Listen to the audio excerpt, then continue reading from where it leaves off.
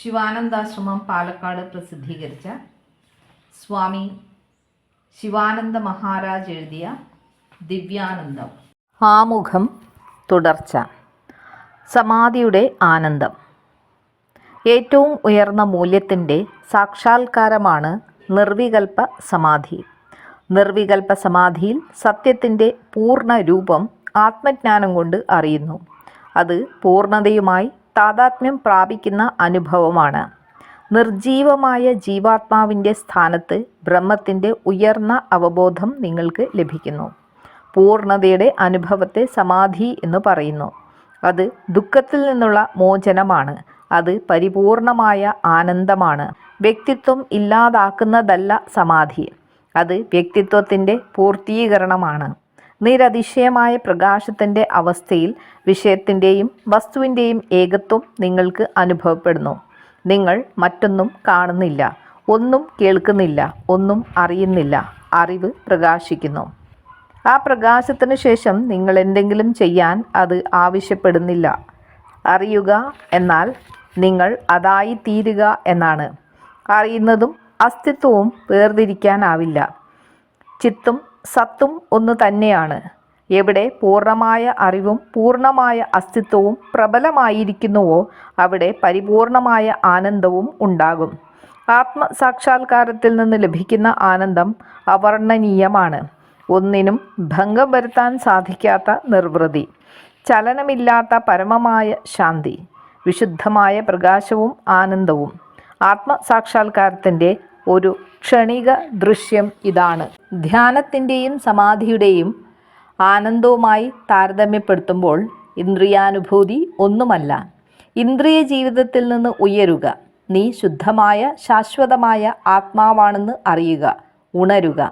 എല്ലാ ജീവജാലങ്ങളിലും ഒരേ ആത്മാവാണെന്ന് കാണുക. അമരത്വവും ശാശ്വതമായ ആനന്ദം നേടുക. ആത്മാവിനെ സംബന്ധിച്ചതെല്ലാം കേൾക്കുക. അങ്ങനെ ആത്മാവിനെ മനസ്സിലാക്കുക. പിന്നീട് ആത്മാവിനെക്കുറിച്ച് മനനം ചെയ്യുക. അതിനുശേഷം ധ്യാനിക്കുകയും ആത്മസാക്ഷാത്കാരം നേടുകയും ചെയ്യുക. തത് ത്വം അസി. അത് നീ തന്നെ ആകുന്നു. നീ ആത്മാവാണ്. ആത്മാവ് നീ തന്നെ. ഇത് സാക്ഷാത്കരിച്ച് സ്വതന്ത്രനാകുക.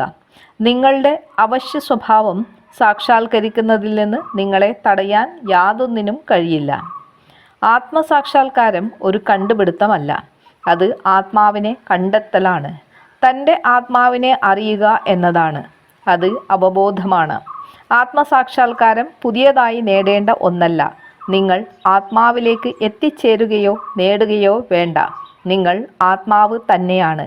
പരമമായ അവബോധമാണ്. നീ നിന്റെ അന്തർനേത്രം തുറക്കണം എന്ന് മാത്രം.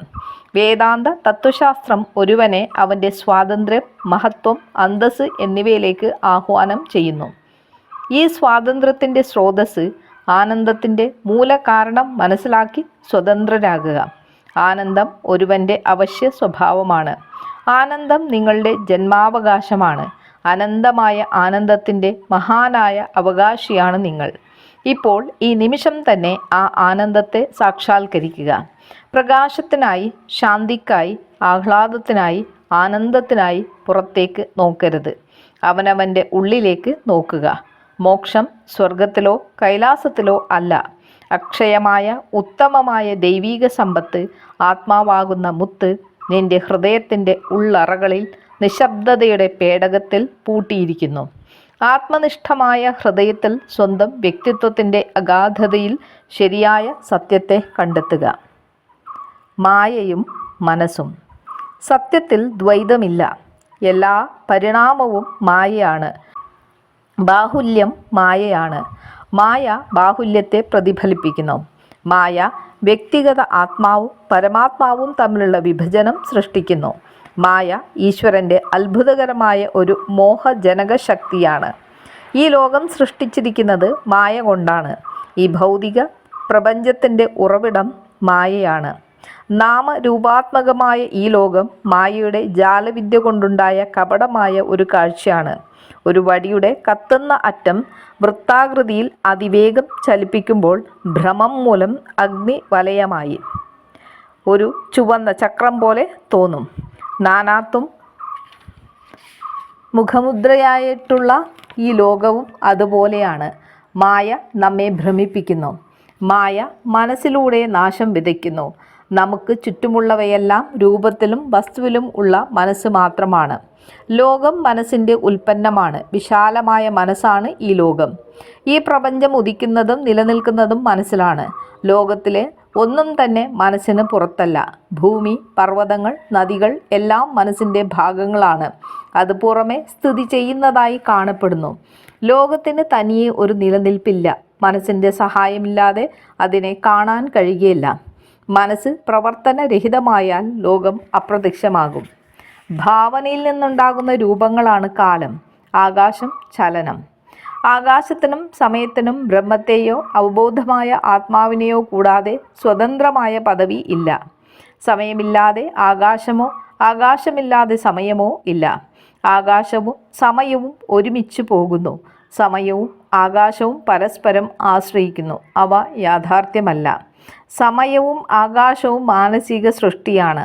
സമയവും ആകാശവും മനസ്സിൻ്റെ ഭാവനയാണ്. അത് സ്വപ്നം പോലെ അവാസ്തവമാണ്.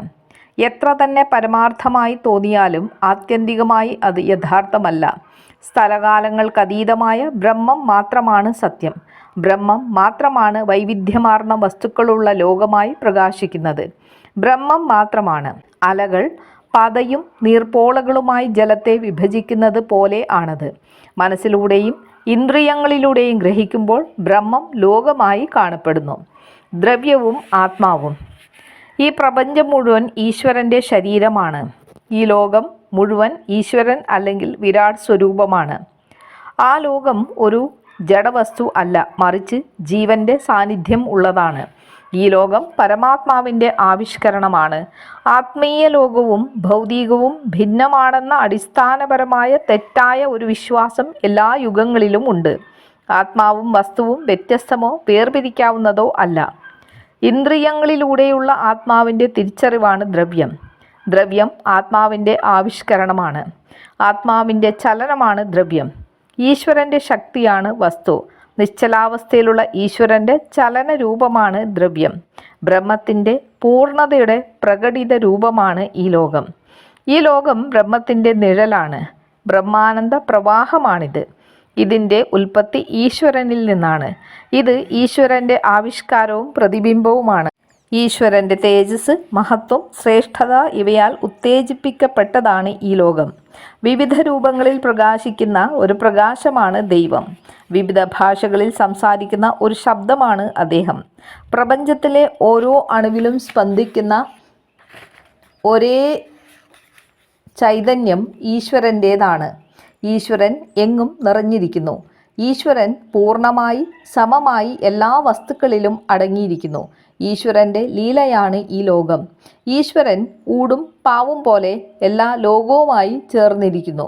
സ്വർണവും ആഭരണങ്ങളും വ്യത്യസ്തമല്ലാത്തതുപോലെ ഈശ്വരനും പ്രപഞ്ചവും തമ്മിൽ ഭേദമില്ല. രുചിക്കുന്ന ആളും രുചിയും ഈശ്വരൻ തന്നെ. ഈ ലോകം ഈശ്വരനിൽ നിന്ന് വ്യത്യസ്തമല്ല. ദൈവം അകത്തും പുറത്തും ഉണ്ട്. ഈശ്വരൻ ഇല്ലാത്തതായി ഒരു സ്ഥലവുമില്ല.